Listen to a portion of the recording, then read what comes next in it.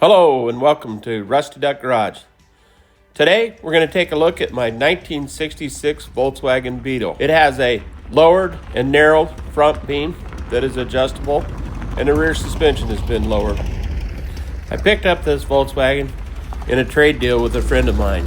I had a car, late model car that he wanted, and taking the Volkswagen in trade made the deal possible.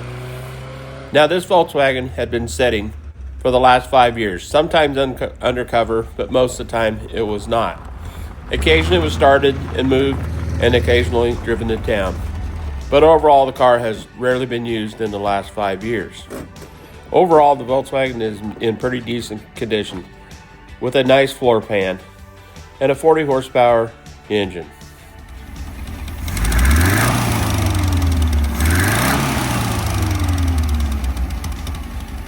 And as you can hear in the video, that it has a pretty major exhaust leak.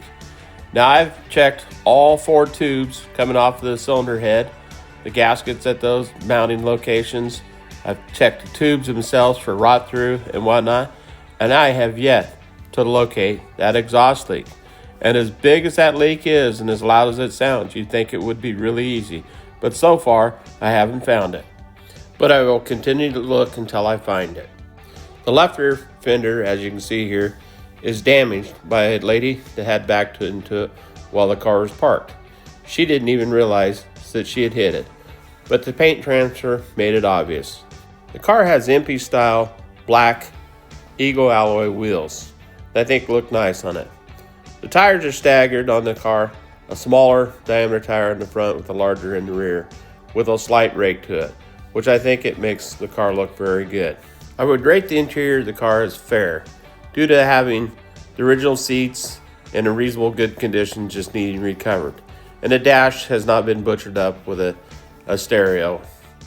It also has a roof rack to carry your surfboard and your luggage. When I went to pick up the car, it was missing the battery. So I picked up a Group 34 battery from Walmart and installed it in it. The battery from Walmart was only $69. Which has more cranking amps than this Volkswagen will ever need. When I picked up the car, it initially started, and then it died, and then would not restart. It appeared to have spark, but I wasn't sure why it wasn't starting, so I loaded it on a trailer.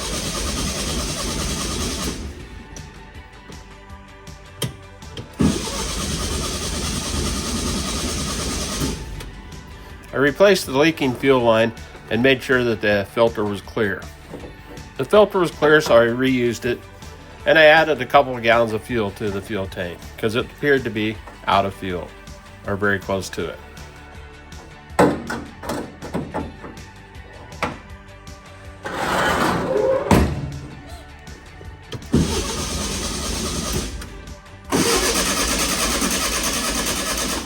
Well, after repairing the fuel leak and adding fuel to the car, it still didn't want to start. Well, now it was time to check for spark. So I removed the distributor cap and checked all the contacts on top of the cap. I even took a little Scotch-Brite and cleaned them up. Pulled the rotor off and looked at the contact points on the rotor, and it was in very, very good condition. I did buff it up a little bit with some Scotch-Brite. I then rotated the engine over until the point set, the contact point set in the distributor was on top dead center, so that would open the points up. And that way I could file the points and adjust the point gap. I set the point gap at 16 thousandths. Now that may not be exactly where they need to be, but it's very close and it will run in that position. The points provide a ground path for the ignition coil.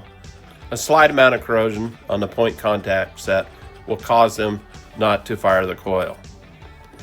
After adjusting the point gap, I reinstalled the ignition rotor and the distributor cap. And I tried to start it one more time. And yes, she runs. But you can definitely hear that exhaust leak.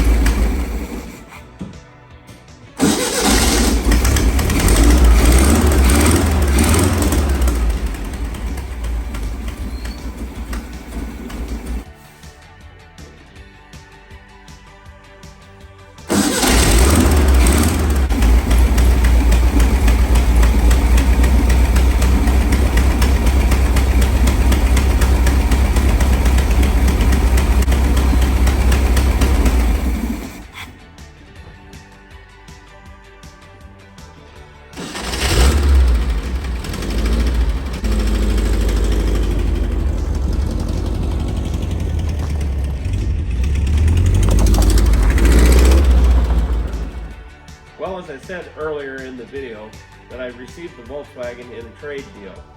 And my intention is really not to keep the Volkswagen. It was just a means of making the trade happen.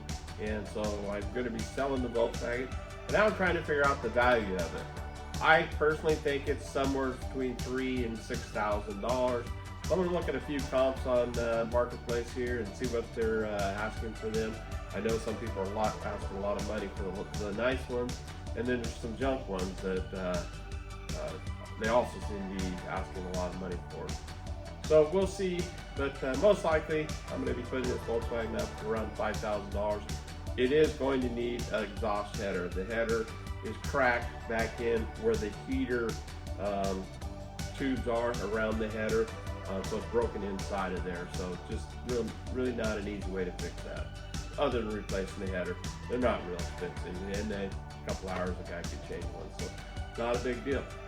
They're asking $3,000 for this 1962 Volkswagen Bug, and I don't think it's ran for a very long time, and I'm not sure that it would start very easily either. All of these Volkswagen Beetle comparisons are within 30 miles from me. This 1966 Volkswagen, they're asking $4,800 for it, and it's been on Marketplace for over a month and hasn't sold. It does say that it runs good, but must be towed due to a slow leak in a rear tire. I'm not sure I like what they did to the paint on this Volkswagen.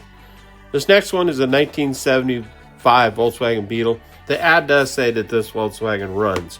However, there's no wheels and tires on it, and there is no interior in the Volkswagen. Not sure that any of these Volkswagens are selling, but I don't think they're very well represented either. So hopefully, after doing the comparisons, I'll sell mine. I'm going to ask $5,000 for it. Hope you enjoyed today's video. And if you would, please hit that like, share, and subscribe button. That really helps out. And we'll catch you next time at Rust Garage.